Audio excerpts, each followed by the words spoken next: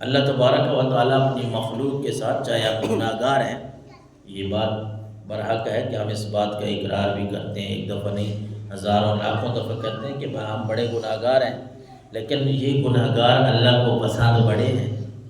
یہ گناہ گار جو توبہ کرتے ہیں، اللہ سے معافیاں مانگتے ہیں، استغفار کرتے ہیں، گناہ ہو جاتے ہیں، پھر رب کی طرف رجوع کرتے ہیں، ایسے گناہ گار اس اللہ کو بڑے پسند ہیں۔ تو اللہ تبارک و تعالیٰ نے قرآن میں، اچھا یہ بھی قرآن مجید کی آپ کو سورۃ البلد کی آیت نمبر 11 سے وہ 30ویں پارے کی سورت ہے، سورۃ البلد، لا اقسم بہذا البلد، اس کی آیت نمبر 11 سے 16 تک آپ کو یہ بات بھی ملتی ہے۔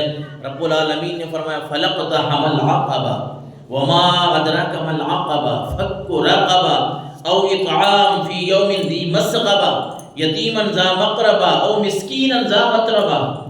یہ 5 آیات میں اللہ تبارک و تعالیٰ نے فرمایا فَلَقْتَحَمَ الْعَقَبَةَ، پس انسان تو وہ دشوار گھاٹی میں کیوں نہ داخل ہوا، یعنی اپنا خیال رکھا، دوسروں کا خیال کیوں نہیں رکھا؟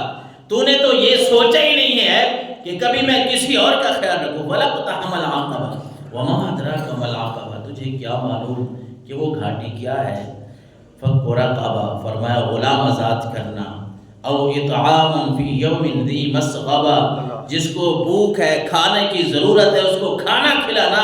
رب نے فرمایا یہ گھاٹی ہے، یہاں تو نے آنا ہے۔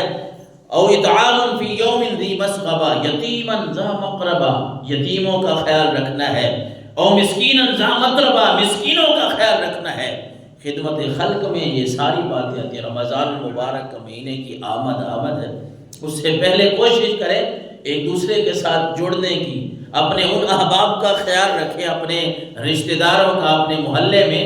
بعض دفعہ یہ ہوتا ہے کہ انسان کو خود جو ہے آسائشیں ہوں، انسان کے پاس بہت ساری نعمتیں ہوں، دوسروں کی پھر وہ سمجھ نہیں آتی باتیں، لیکن اللہ کے قرآن کو سامنے رکھتے ہوئے، نبی کے فرمان کو سامنے رکھتے ہوئے ہم اس بات پہ عمل کریں، جس طرح پچھلی حدیث مبارکہ ہم نے سنی کہ اللہ تو پوچھے گا، اللہ فرمائے گا بھائی مجھے تو یہ چیز ضرورت تھی، مجھے یہ چیز، یعنی میرے بندوں کو ضرورت تھی، اگر تو میرے بندوں کے کام آتا آج تجھے ان کا اجر و ثواب ملتا۔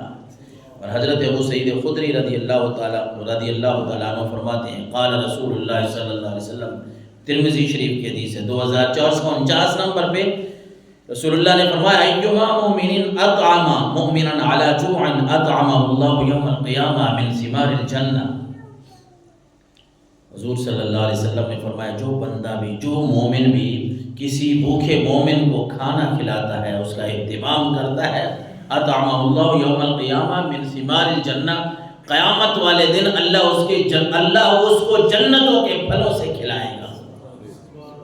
اللہ اکبر، کتنی خوبصورت بات ہے۔ اور فرمایا وَأَيُّمَا مُؤْمِنٍ سَقَى مُؤْمِنًا عَلَى ظَمَإٍ سَقَاهُ اللَّهُ يَوْمَ الْقِيَامَةِ مِنَ الرَّحِيقِ الْمَخْتُومِ۔ اللہ اکبر۔ حضور سرور کونین صلی اللہ علیہ وسلم نے فرمایا جو مومن بھی کسی مومن کی پیاس کو بجھاتا ہے، کسی کو پیاس لگی ہے اس کو پانی پلا دیتا ہے، حضور صلی اللہ علیہ وسلم نے فرمایا اللہ قیامت والے دن اس کو پاکیزہ شراب پلائے گا، پاکیزہ شراب اس کو نصیب ہوگی، وہ شراباً طہورا کے جو قرآن مجید میں الفاظ ملتے ہیں۔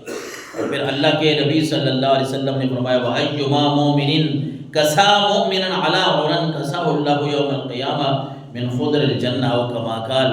سرکار دو عالم صلی اللہ علیہ وسلم نے فرمایا جو مومن کسی مومن کے لیے کوئی لباس کا بندوبست کر دیتا ہے، لباس کا بندوبست کر دیتا ہے، کسی کپڑے، کسی کو لباس کی ضرورت ہے، کپڑوں کی ضرورت ہے، اس کو دے دیتا ہے، کسا اللہ من خضر الجنہ، اللہ کے نبی نے فرمایا اللہ قیامت والے دن اس کو جنت کے سبز جوڑے عطا فرمائے گا۔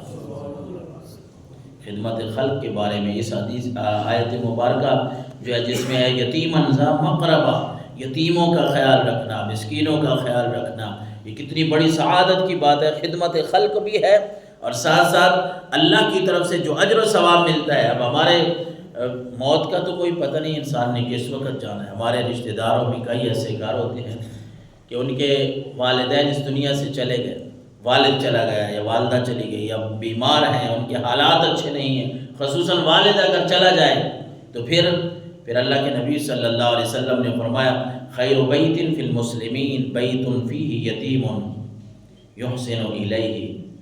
اللہ کے نبی صلی اللہ علیہ وسلم نے فرمایا مسلمانوں کا بہترین گھر مسلمانوں کا وہ ہے جس میں کوئی یتیم بچے ہوں اور ان کی اچھی طرح کفالت کی جا رہی ہو۔ اس گھر کو اللہ تبارک و تعالیٰ کی رحمت نے ڈھانپ لیا ہوتا ہے، اور فرمایا وَشَرُّ بَيْتٍ فِي الْمُسْلِمِينَ بَيْتٌ فِيهِ یتیم یُسَاوِ إِلَيْهِ۔